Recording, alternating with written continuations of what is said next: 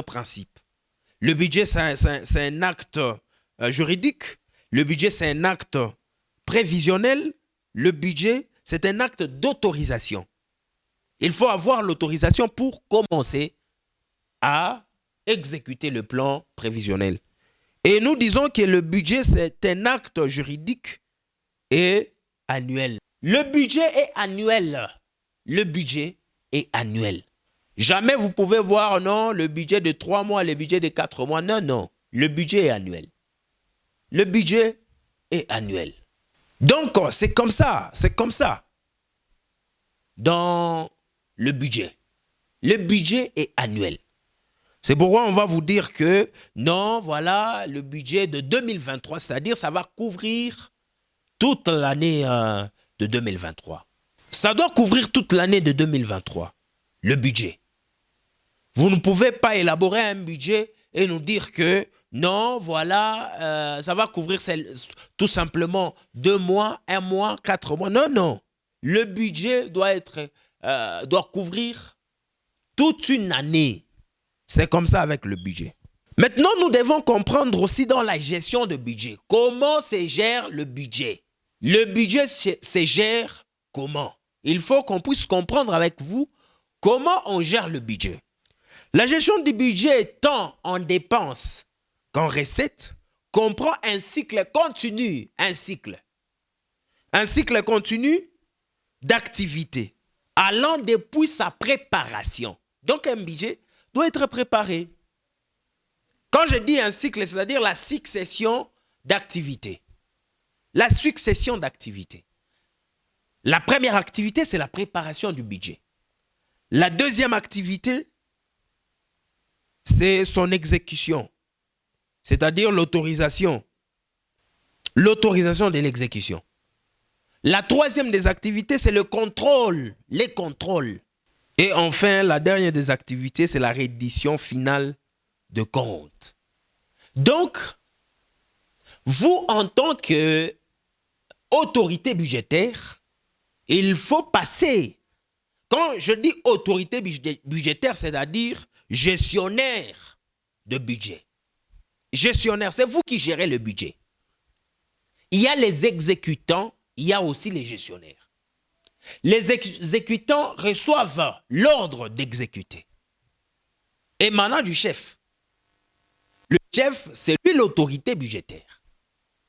Et vous, les gestionnaires, il faut préparer, exécuter, contrôler et puis la reddition des comptes.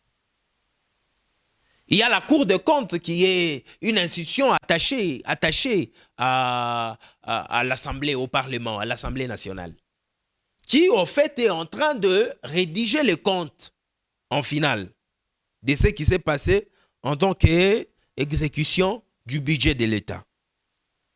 Maintenant, il y a quelques principes que nous devons partager avec vous. Quelques principes du budget de l'État. Donc, le budget a ses principes. Le budget a ses principes. Vous ne pouvez pas, non, nous dire, voilà, budget. Non, non. Il y a le principe de finances publiques. Il y a le principe du budget de l'État. Le premier principe, c'est l'unité. Le budget se fonde. Le budget se fonde dans l'unité. L'unité. Et quand on parle de l'unité, c'est-à-dire, ce budget-là est en train de nous dire, est en train de nous parler de la situation générale du pays. Là, c'est sur le plan national. Et sur le plan provincial, donc c'est un budget qui nous retrace tout ce qui sera fait dans la province. Et au niveau national, c'est dans le pays. Donc le budget renferme sur le principe de l'unité. Le budget est aussi, a aussi un principe de l'annulité. L'annulité. C'est-à-dire que le budget est annuel.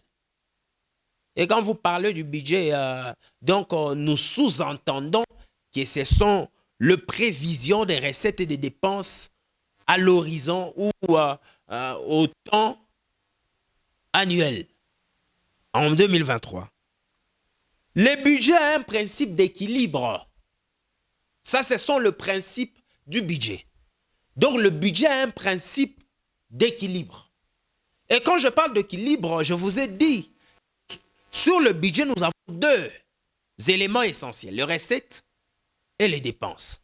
Il doit toujours y avoir de l'équilibre entre les recettes et les dépenses. Toujours de l'équilibre. Les recettes et les dépenses. Nous avons combien? Combien vont entrer? Et combien va sortir? Il doit toujours y avoir de l'équilibre entre les dépenses et les recettes. Ça, c'est le principe de l'équilibre. Il y a aussi le principe de l'universalité du budget. Les principes doivent être universels. Le budget doit être spécifique. Il doit y avoir des spécificités. On sait que, voilà, nous allons faire ça. Voilà, nous allons faire ça. Toutes choses doivent être spécifiques. Et il doit y avoir de la sincérité dans l'élaboration. La sincérité, c'est la vérité. Il faut nous dire ce qui sera fait et ce que le recette va nous donner. Et enfin, le principe de la non-affectation de recettes. Non-affectation. C'est-à-dire tant que l'autorité budgétaire n'a pas encore donné l'autorisation de l'affectation des recettes dans le budget, donc l'exécutif n'a pas l'amabilité, n'a pas l'autorité de mener aucune des actions. C'est pourquoi tout part d'abord par l'autorité budgétaire. L'autorité budgétaire, c'est le Parlement. C'est lui, c'est bien lui l'autorité budgétaire, le Parlement. Même quand on parle, non, franchement, député, nous sommes dans un pays où la population n'a pas une bonne information. La population n'a pas la culture de lire. La population n'a pas la culture de chercher des informations. La population n'est pas cultivée. Partons des informations qui se passent dans les pays. On laisse souvent être menti, on laisse souvent le politicien nous dire de n'importe quoi. Cependant que ce sont des idées, ce sont des sujets purement économiques. Ce n'est que les économistes qui peuvent donner des explications claires. Mais aujourd'hui, on laisse, par exemple, le sujet que nous sommes en train de parler, de l'élaboration du plan prévisionnel du budget. On va nous dire, non, ce sont des utopistes. Voilà, ce sont des rêveurs. Ça ne peut pas être réalisé. Mais en quoi est-ce que vos explications sont fondées sur quelle base? Vous avez quel soubassement? Je pense qu'avec de tels sujets, ce n'est que des économistes qui peuvent nous donner des réponses claires, des explications claires. Partons de ça. Comment on élabore un budget? C'est vrai, en 2018, en 2019, le budget était de 4 milliards, si c'est 7 ou 4,7 milliards. Mais aujourd'hui, 4 ans après, nous avons vu que notre budget, dans 4 ans, a évolué d'une manière exponentielle. Nous sommes à 14,6 milliards du budget de l'État. Ce n'est pas de sommes, ce n'est pas de chiffres qui tombent comme ça, dans les ciels, en l'air. Non. Il faut savoir les ressources. Les ressources, nous allons puiser où? C'est 14 milliards. Et nous allons faire quoi avec ces 14 milliards? C'est comme ça. Et avant d'autoriser, il y a une vérification. Parce que c'est un plan de 2023, mais le Premier ministre l'a présenté au mois de novembre. C'est-à-dire que dans la session parlementaire, les parlementaires ont le temps d'examiner, ont le temps de vérifier, ont le temps de voir et d'orienter, de mettre leurs avis. Ils peuvent dire que non, monsieur le Premier ministre, Ibi Munawe Kapa, Aina Ville, nous corriger.